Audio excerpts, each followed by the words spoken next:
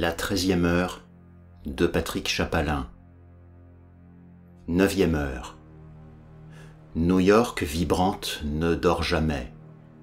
Son effervescence fait rejaillir la prospérité et le glamour. Derrière les gratte-ciel se cachent des histoires, des rêves et des désillusions. À tout moment dans cette cité, les riches côtoient les pauvres. Et il suffit d'un instant pour que les aspirations les plus folles sombrent vers les plus grandes déceptions.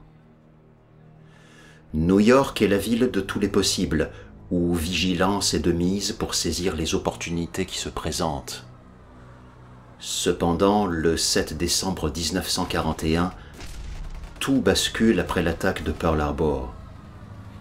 Telle une bougie soufflée, en un instant, le silence s'abat sur les rues de la ville.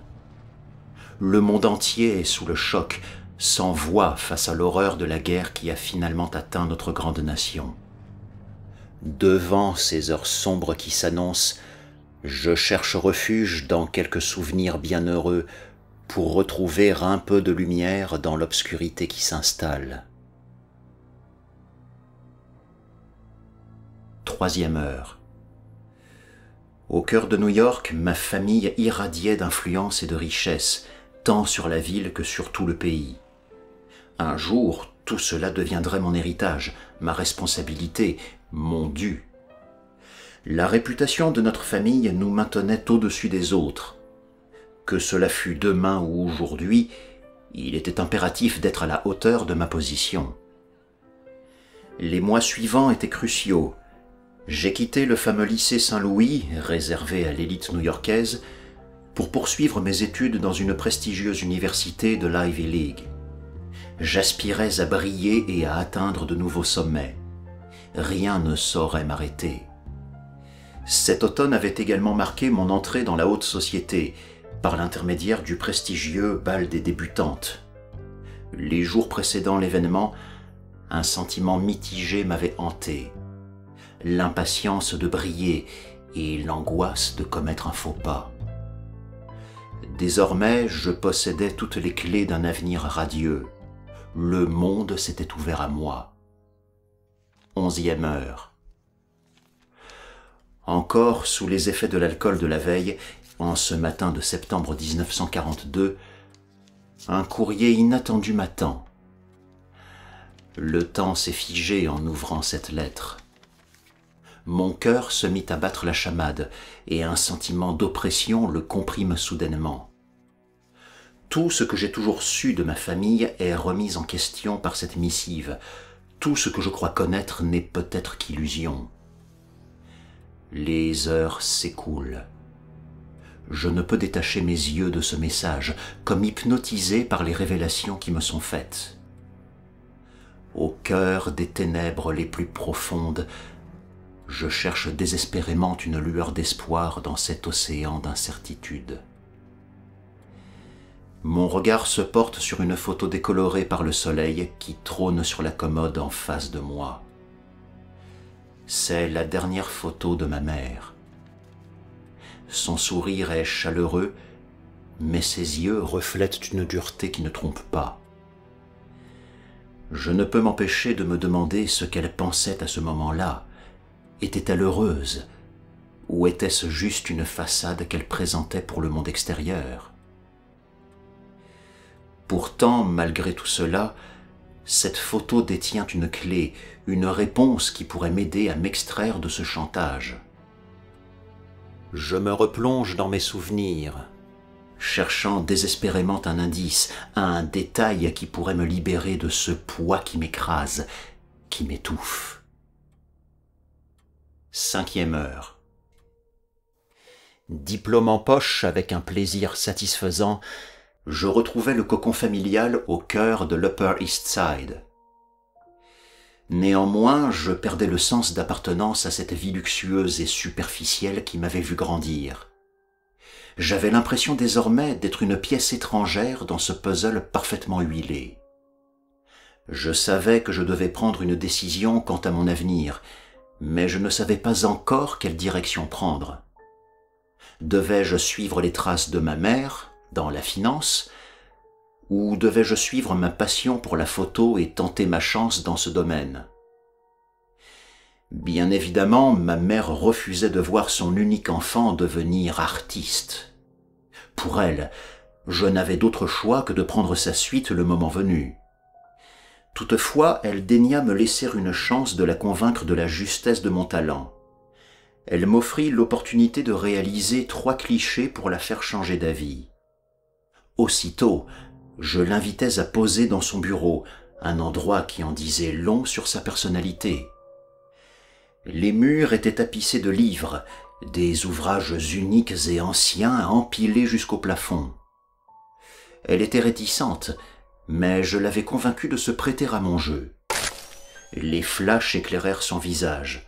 Un sourire se dessina sur ses lèvres. Toutefois, jamais son regard ne s'adoucit. 12e heure. Dans le Bronx, aux abords de l'East River, je scrute l'amoncellement de nuages gris annonciateurs de mauvais temps tout autant que de mauvaise fortune. Le vent, rude et impitoyable, cingle mon visage et me fait frissonner malgré mon pardessus refermé. Les premières gouttes de pluie, fines et légères, sont ballottées dans les airs avant de tomber inévitablement dans la rivière. Finirai-je comme ces dernières? Évidemment, je ne l'espère pas. Néanmoins, les prochaines heures seront assurément déterminantes et décisives.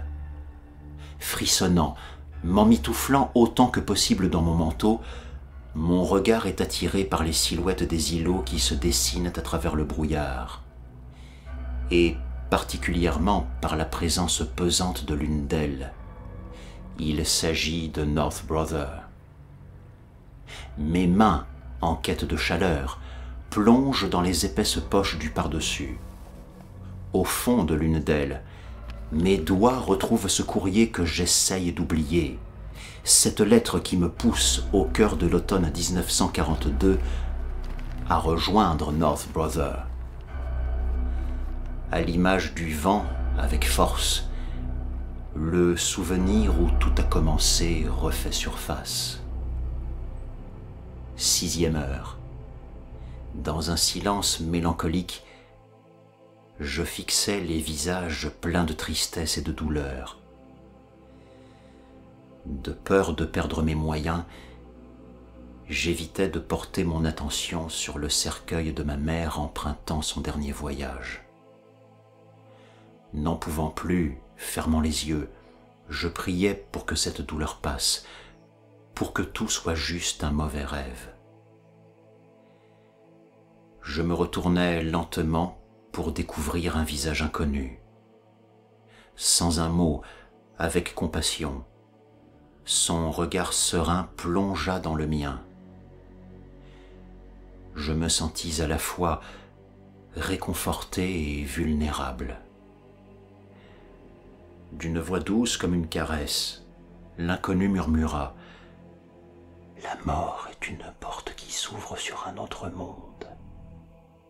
Ta mère et toi auront toujours une place au sein de ta véritable Te-Wai-Nama. »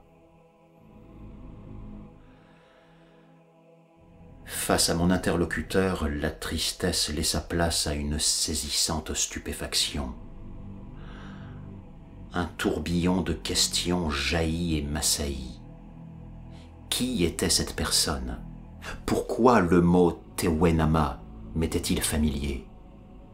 Quel lien partagions-nous? Mes lèvres pincées trahissaient ma propre incompréhension. D'un coup, cette tension s'évapora. Le sens de ce mot primitif me revint. Il signifiait famille. Mais alors, de quelle famille s'agissait-il? Soudainement, tout devint flou et lointain, comme si je tombais dans un gouffre sans fond. Mes sens, mes pensées s'entremêlèrent en un ouragan sans fin. Je me sentais partir loin, très loin.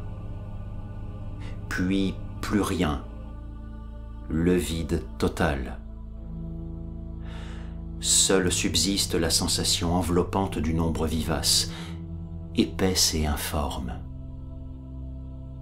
13e heure. Une embarcation frêle et modeste accoste au ponton devant moi. Il est trop tard pour rebrousser chemin. Je m'avance vers le bateau. Son propriétaire me fixe avec lassitude. Avant même que je ne puisse ouvrir la bouche, il me lance sèchement. « Vous aussi, vous allez là-bas ?»« Sur North Brother ?»